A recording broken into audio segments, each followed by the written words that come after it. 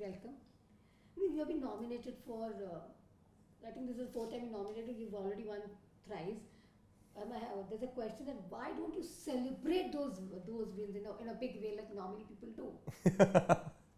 So for me, the celebration is the music itself. I think for me, the major part of the celebration is when I've completed an album and I've created an album and I've put it out in the world. That's my major celebration. Now, for me, there are always two ways to look at awards when you win them.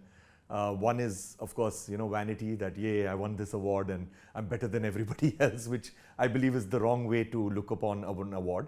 For me, it's the second way to look at an award, which is my way of looking at an award, is that the work really starts now, after you won an award. Because when you win an award, it gives you a platform for doing bigger and better work and for collaborating with musicians that you always wanted to collaborate with, to actually create the kind of music that you want to. But more importantly, since all of my music is associated with a cause, either an environmental cause or a social cause, so it's a great platform for me to spread a message of awareness or a message of consciousness about these causes through my music further and wider. Because before you win an award, some people take you seriously, some people don't. But after you win an award, a lot more people take you seriously. And that's what I've seen with the awards that I've won. So the art itself, when I create the art, that has to be absolutely uncompromised. So when I make my music, there is no thought of any awards, there's no thought of any acclaim or whatever, or commercial gain. It's I create the music based on my own sensibilities and the way that I like it. But then after I create the music, when I'm marketing the music, and when I win an award, then of course I take it with open arms, simply because that platform is really good to have. Doesn't win the approach? Definitely not. At least in my case, of an award win or a potential award win does not change the artistic approach at all. Because, art can be obviously of two kinds again. One is art that is commissioned to you from a producer or a director of a movie, where there is a script or a brand, telling you that this is our brand, create a commercial for me, or a producer or a director gives you a brief that hero said this to a heroine, or 5 villains walk into a bar and there's a girl dancing over there, so create a piece of music for that. Or the second kind is the kind of music that I make, which is music that about things that I feel strongly about. If I feel strongly about climate change, I'll make a song about that. If I feel strongly about elephant conservation, I'll make a song about that. Or if I want to celebrate nature, I want to celebrate a certain folk form of music in India, then I'll create music on that. So the thing is that when music comes from the heart, then it is completely, as I said, it's uncompromised, and the art is not dictated by an award, obviously. But what is wrong in Bollywood music? What is wrong? Why? Nothing is wrong with Bollywood music. I listen to Bollywood music all the time. But then what Bollywood music has done is that it is, it has got such a strong overreach when it comes to music in India. Like, so much so that when I tell people I'm a composer, the first question I'm asked in India is, which film have you composed music for? So the thing is that it's got, because people in their minds cannot differentiate between music and the film industry, because they feel that music and the film industry is exactly the same. So this poses a lot of problems. Number one is that there are so many things that we can write music about in India. We've got such a vast culture, we've got so many traditions, we've got festivals, we've got so many issues that we can create awareness on by creating music on it, so many things to celebrate in India. But unfortunately, pretty much every song that comes out of India is either a love song or an item song. And that is because of Bollywood. And second thing is that for independent musicians to survive in India becomes really difficult. And the reason for this, and for Indian classical musicians and folk musicians to survive, it's very difficult. And the reason for this is very simple. The only music that we listen to nowadays is the music that comes to us. Either Spotify suggests music to us, or YouTube suggests music to us and puts it on our homepage, or Instagram suggests music to us. Now, what is the music that is being suggested to us? Music which has the largest marketing budgets. Music that can actually, the people who can actually spend money to market that music. Now, when it comes to Bollywood, when they make music, they do not have to earn their revenue only through the music sales and streams. They make music to promote their film, and their money comes in from selling movie tickets and going on the OTT platforms. So they can spend a lot of money on marketing the music, because the music is at the end of the day marketing the movie itself. Whereas for an independent musician like me, whatever money we spend on the marketing and whatever we spend money on the production of the music has to be recovered through the music sales and through the music streaming. So basically our marketing budgets are really low and we will never win against Bollywood, and that is why Bollywood music will be all that the country listens to. But do you think music is compromised when it comes to Bollywood? Of course it is, because there are so many composers that we know who are making misogynistic songs, who are making songs that they themselves do not listen to, who are making songs in genres that are not their favorite genre. You ask most Bollywood composers, what kind of music do you listen to? And then they'll name a bunch of Western artists, or they'll name a bunch of classical musicians. They will never name their own music that they listen to. You find musicians who are heavily, into gender equality and into all of these causes, and they are making the most misogynistic of item songs which are completely objectifying women. I cannot imagine these composers who are making these songs sitting down at home in the evening and listening to their own music. So it is definitely compromised, because I'll give you another example. If you have like an artist, like let's look at another art form, like let's say Vincent van Gogh, okay, an artist, a painter. If he was making a new art piece, I cannot imagine him going to all the neighboring art galleries and and checking what is everybody doing, what is in vogue.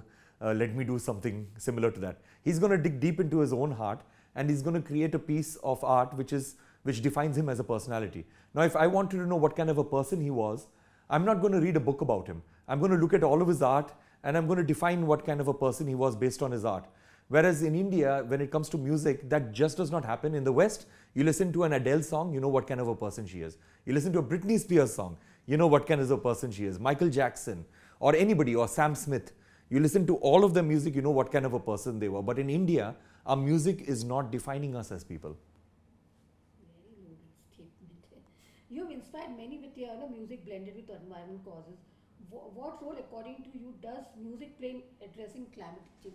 You just mentioned climatic change.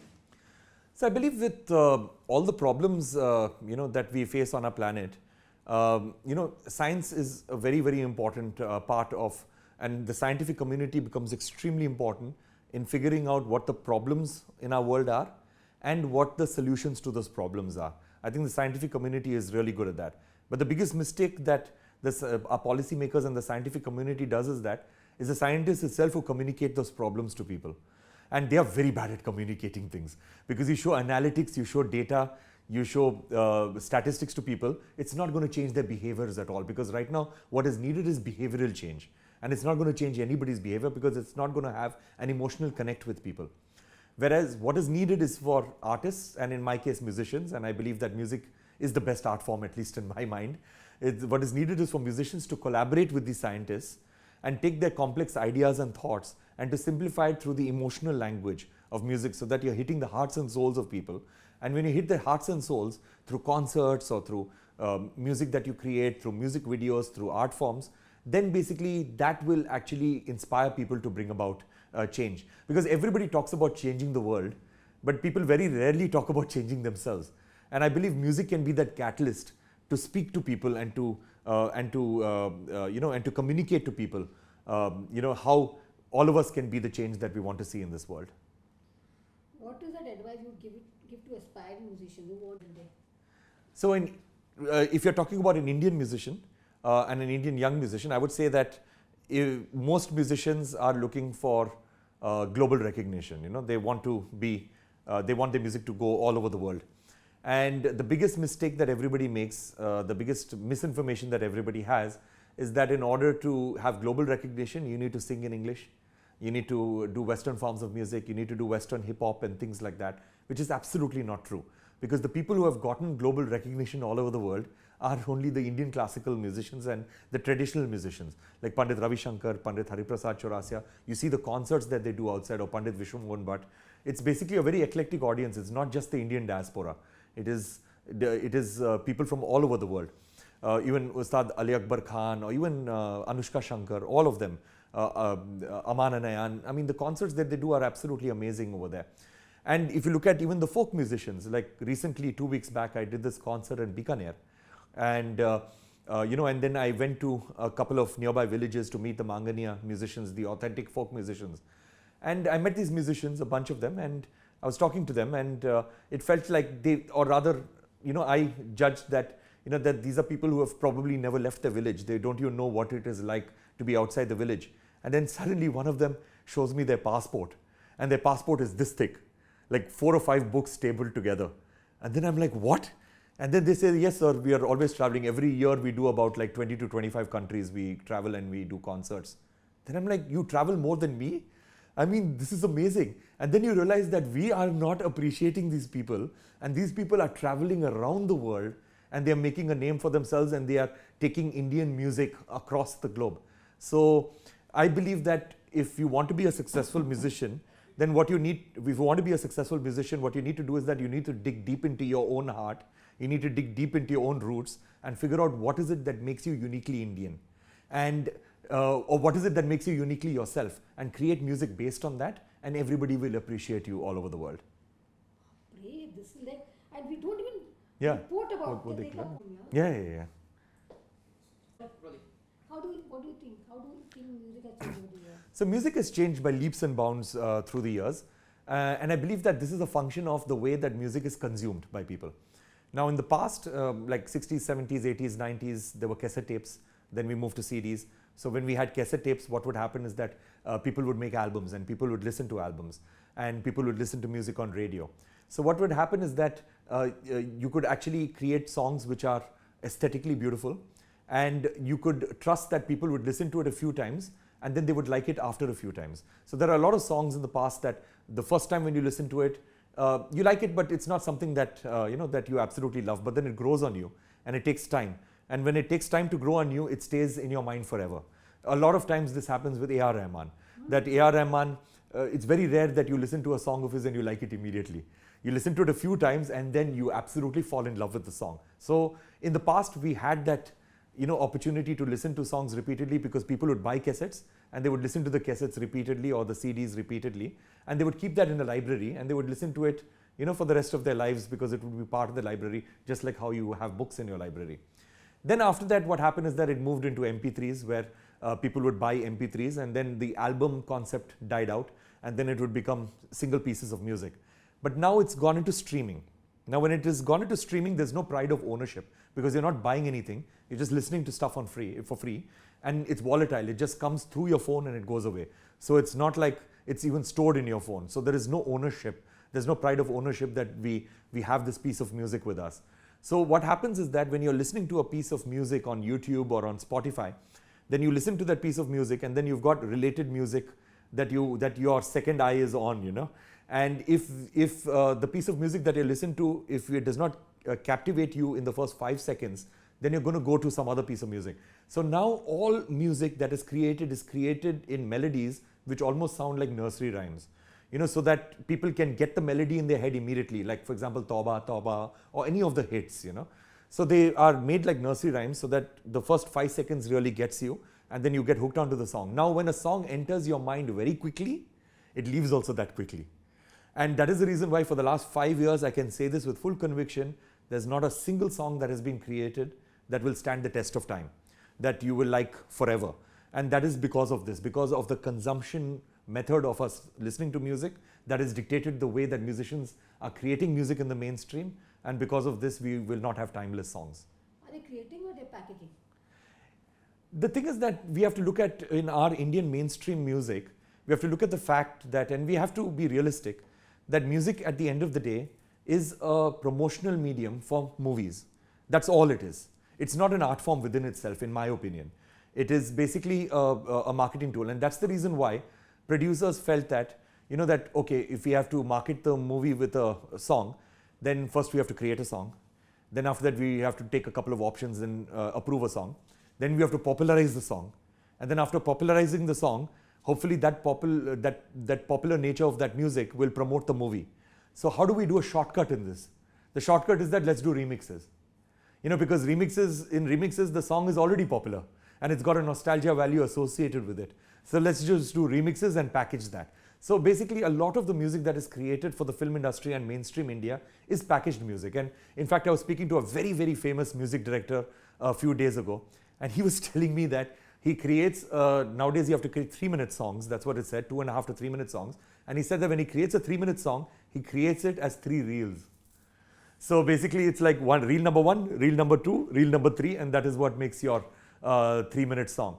So then there itself you realize that the olden what we used to believe as music being an art form, that that you're digging deep into your heart and you're digging deep into your soul and you're creating music, that is completely gone, because you are packaging the music in a way that it can be consumed and in the way that you get numbers immediately. The brief is that only now, कि इतना ही reel बन जाना चाहिए, उतना उतना वो तुम उतना बनाओ. That's I think I'll tell you the director with that on camera. Composer Mithun. Yeah, of course, yeah. In digital age, how important is this AI as a tool? Does it harm you? How do you utilize the tool? So when it comes to AI, I've always embraced technology in my life.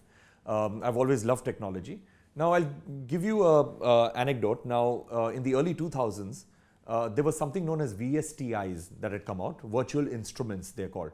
So what happened was that you could install a software in your computer that could create the very authentic drum sounds or orchestral sounds or violin sound or flute sound, and all of these different percussion instruments and other guitars and all of that stuff. And they sounded so authentic, they sounded so amazing. And everybody said that musicians are going to go out of fashion. Nobody's going to use a real musician because everything you can do on the computer. A composer can just sit down in a day and create a piece of music with all of these instruments, and nobody will be able to know whether it's a real musician or a fake musician. But what happened? Musicians did not go out of fashion. In fact, what happened was that the musicians who were just taking dictation of notes, musicians who were just generic musicians who, you have to tell them what to play and they were not creative themselves, they became obsolete. Or they evolved into musicians who would improvise and they would constantly give options to the composer, and they would tell the composer, we can make this better. We can, I can play multiple instruments, or I can play the guitar in a style that you've not heard before. So the improvising and the more innovative musicians, they survived, and the musicians who were generic, who converted to being innovative musicians, they survived.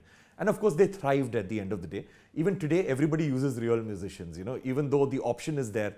If you don't have the budgets to use, or if you want something that is very simple, then you can use the software for it. It's the same thing with AI. Now, AI uses machine learning, which takes past precedents and makes pieces of music. So you have to give a prompt to it, and it'll use past precedents and it'll create. So if I'm a movie maker and I'm making a horror movie, and I just want generic horror music because I believe my visuals are amazing, I just need generic background horror music, I will go to AI and I'll do that, because why should I go to a composer?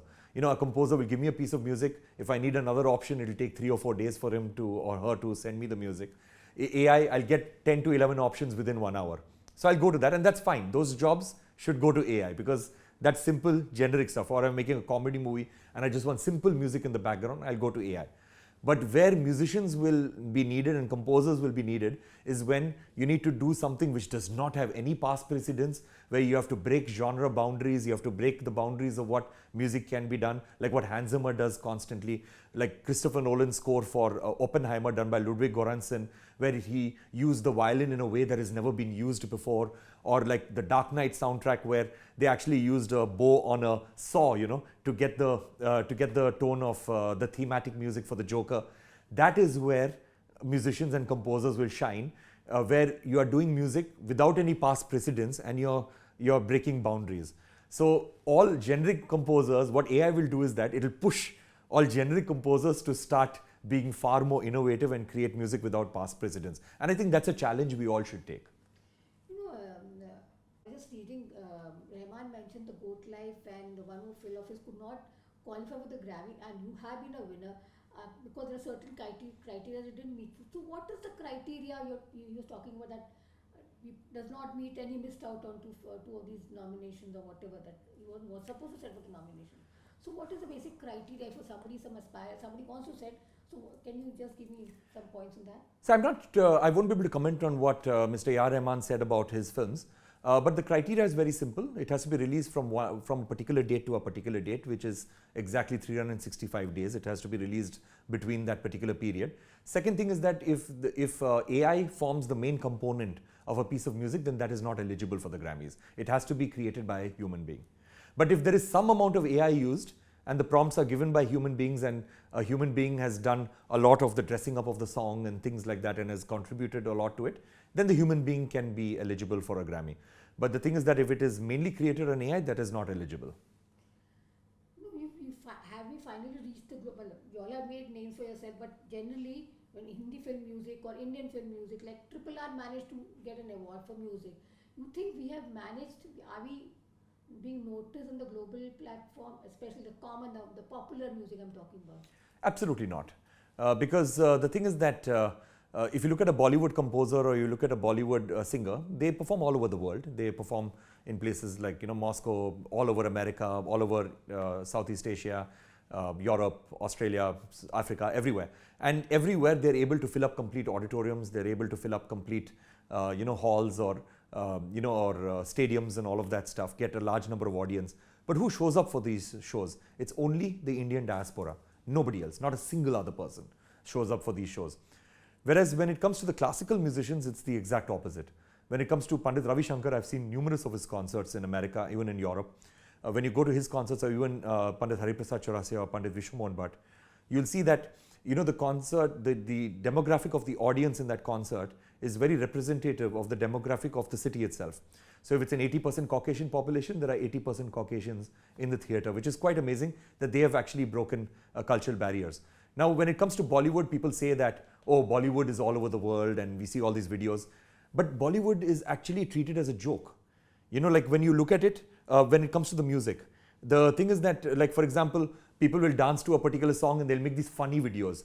Nobody ever listens to a Bollywood song where they say that, wow, this is like, this song is like, it is out of this world, or like, the melodic composition of it is amazing and the aesthetics of it is amazing. But you find like, people doing these dance videos and these funny videos to Bollywood music. And at the same time, there are songs in Bollywood that have broken cultural barriers. But all the songs, you can basically count them on maybe all your fingers. Like songs like Jai Ho. There are a few other songs of Mr. A.R. Rahman which have broken cultural barriers. Like for example, the Bombay soundtrack that has gone all over the world. It's been used in other movies. Chaiya Chaiya. That has been used in other Hollywood movies and all of that. They've been used in Broadway plays. Then you find Natu Natu. Natu Natu has truly broken cultural barriers, and it absolutely deserved to win the Oscar that particular year. So there are just a few songs that have come out of Bollywood that have actually broken cultural barriers. But the rest of them, they are in this bubble. Now, I'm not saying that's a wrong thing, because India has got 1.4 billion people. We've got a diaspora which is over 25 million. So if you're just catering to 1/6 of the world's population, that is absolutely amazing. But to say that Bollywood has broken cultural barriers is inaccurate. So when will we have that Bacha saying that he wants to steal Grammys, Rahman's Grammy, but nobody actually aspiring to win a Grammy? Why is that? Yeah, I think everybody is aspiring to win one. Most people are. But the thing is that I believe that, as I said, that the only way for this to happen is for us to be uniquely ourselves, and not try to beat out the West at their own game. That's what we need to do. We need to be uniquely ourselves. And it's not like Indians have not won Grammys. Indians have won Grammys in the past. But it's just that it's not the film musicians who have won them.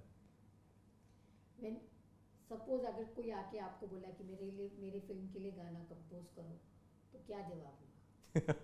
So I would say that if the film has got a very strong social message at the heart of the film, I would absolutely love to do it. So, and I've told this to many people that if the film is very rooted in Indian traditions or in Indianness, and if it has got a strong social message, either environmental or social message around it, I would just love to do it. Like for example, I saw this film by Nandita Das recently, that is this Zwigato. I thought that had a very, very good social message in at its core, and it was a beautifully grounded movie. Loved the movie. I texted her immediately, and I told her that that if you ever want me to do music for a film of yours, I will do it for free. You've got my, you've got. Then there another director in Kannada, a gentleman called Girish Kasaravali. Girish Kasaravali is one of my all-time favorite directors. He's made 12 films. I've watched all 12 films multiple times. Every single one of his 12 films has won a national award. And I've told him, if you make a film, of course he hasn't made a film in a while, but I told him that if you make a film, then basically, like, you've got me completely free of cost to do the music for the film. So those are the kind of films that I really want to do. And if anybody approaches me, I would love to do it. Thank you for your time. And you mentioned Giri sir, and he lives, I think, in Bangalore only. Yeah, he lives in Bangalore. He lives in BTM layout. It's very tough for him to each time raise. No, it's very tough for him. It's very tough for people like him to make movies because they make.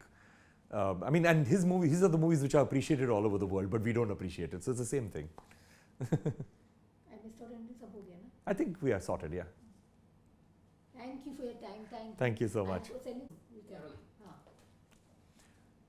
So while making Break of Dawn, I've always been an environmentalist my whole life, and it's being an environmentalist, it's almost dictated every single life decision that I've ever made in all of my music. So a few years ago, that is in 2015, I was exposed to this amazing philosophical quote from India. In fact, Prime Minister Narendra Modi had said this quote at this event known as Samvad. It was a Hindu-Buddhist conference. And he said that, all the impurities of the environment is a direct reflection of the impurities of the mind. And in order to purify the environment, we first have to purify the mind.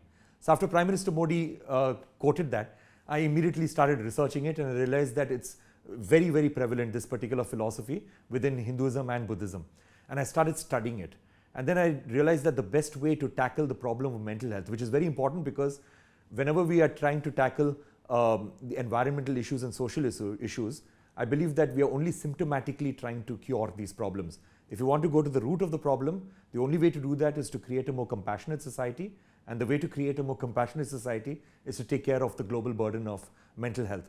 So then I went to Indian-rooted music, wellness music. So I chose 9 rags which work best for this, and I created 9 songs of these 9 rags.